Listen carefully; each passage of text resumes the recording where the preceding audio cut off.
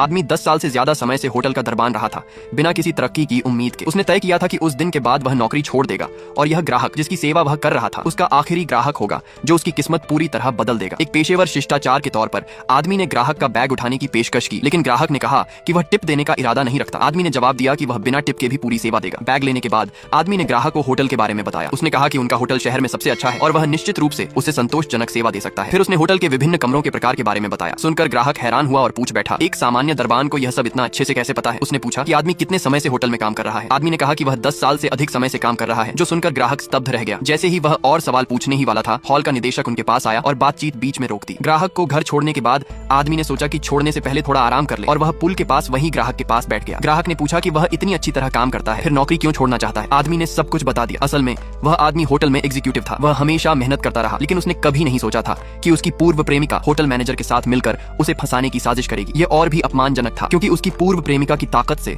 उसे दरबान के पद पर धकेल दिया गया। उसने नई नौकरी ढूंढने की कोशिश की, लेकिन हर बार उसकी पूर्व प्रेमिका ने उसकी कोशिशों को नाकाम किया। उसके पास बस यही काम जारी रखने का विकल्प बचा। यह सुनकर ग्राहक ने अफसोस जताया। उसने कहा कि अगर वह कभी अपना होटल खोले तो वह उसे जरूर आमंत्रित करेगा। आदमी ने सोचा कि ग्राहक बस उसे सांत्वना दे रहा है और उसने ज्यादा ध्यान नहीं दिया। उसने मजाक में कहा कि जब ग्राहक अपना होटल खोलेगा तो वह निश्चित रूप से वहां दरबान के तौर पर काम करेगा। पुल छोड़ते समय आदमी अपने इस्तीफे का पत्र थामे था जब तक होटल के वरिष्ठ अधिकारी अपनी बैठक खत्म नहीं करते। हैरानी की बात यह थी कि जब बैठक खत्म हुई तो वरिष्ठ होटल प्रबंधक एक समूह में बाहर निकले। आदमी ने देखा कि सबसे आगे जो व्यक्ति चल रहा था उससे वह पूरी तरह स्तब्ध रह गया।